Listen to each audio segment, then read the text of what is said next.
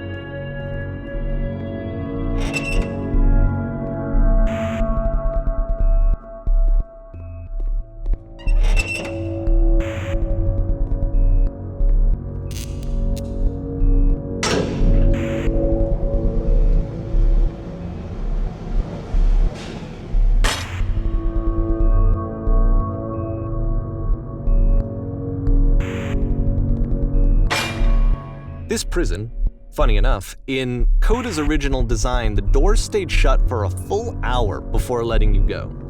If you don't mind, I think we're gonna skip that. This is something that he and I used to argue about a lot. You know, whether a game ought to actually be playable, whether it means anything if no one can get through it. And I would always defend that, you know, all this work goes into the game, why not make it playable and accessible? And so we just got into heated arguments over it, and there was one time that after one of these conversations, he went home, and a day or two later, he sent me a zip file entitled Playable Games that was full of hundreds of individual games, each of which was just an empty box that you walked around in and nothing else. Believe me, I played every single one of those just to find out if there was like a gag hidden somewhere. There wasn't.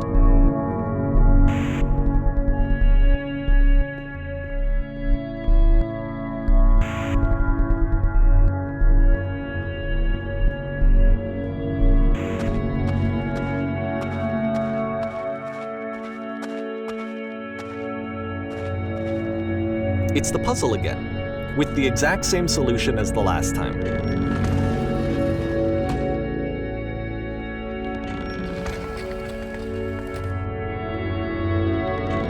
There's still no clear indication of what makes this puzzle so special that Coda is going to return to it over and over. But I promise I'll share with you my interpretation very shortly.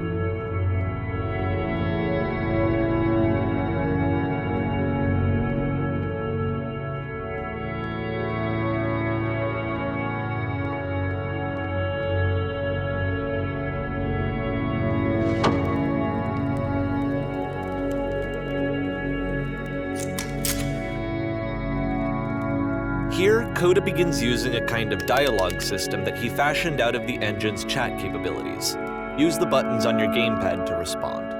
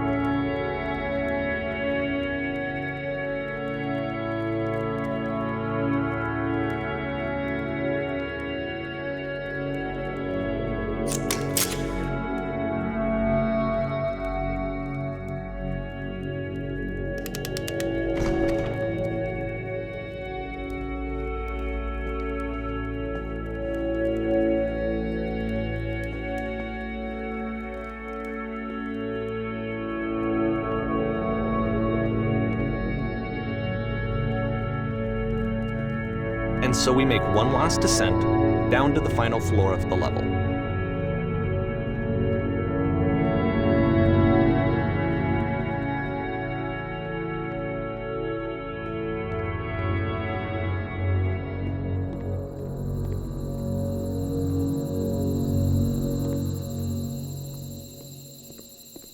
It's a lamppost.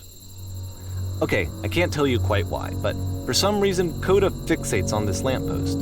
It's going to appear at the end of every single one of his games from here on out. I'll tell you what I think. I think that up to this point, he's been making really strange and abstract games with no clear purpose, and maybe you can only float around in that headspace for so long. Because now he wants something to hold on to. He wants a reference point.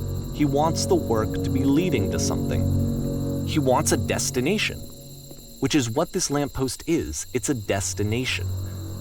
We're going to see it in the work as well. His games are just going to become a lot more cohesive, a lot more fully developed, with more of a clear idea behind them. And as we go, that idea will get clearer and clearer and clearer.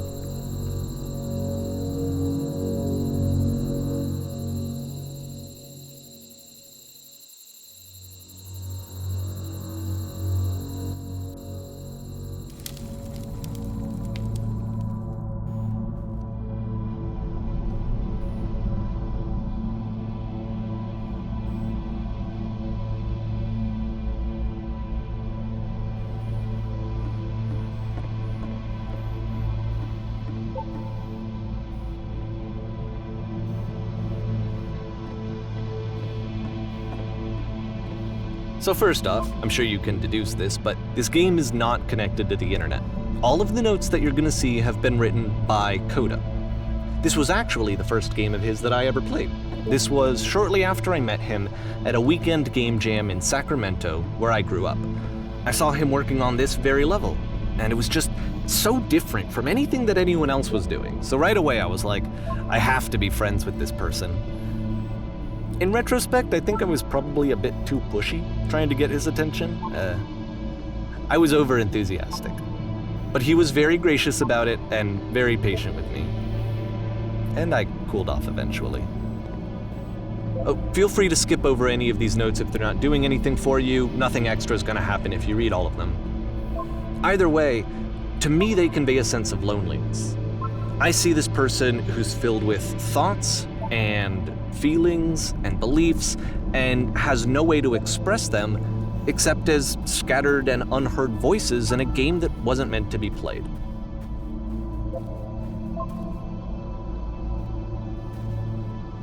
But it's ironic, isn't it, that in playing this game and seeing how alone Coda often felt, that we get to know him better and actually kind of connect with him.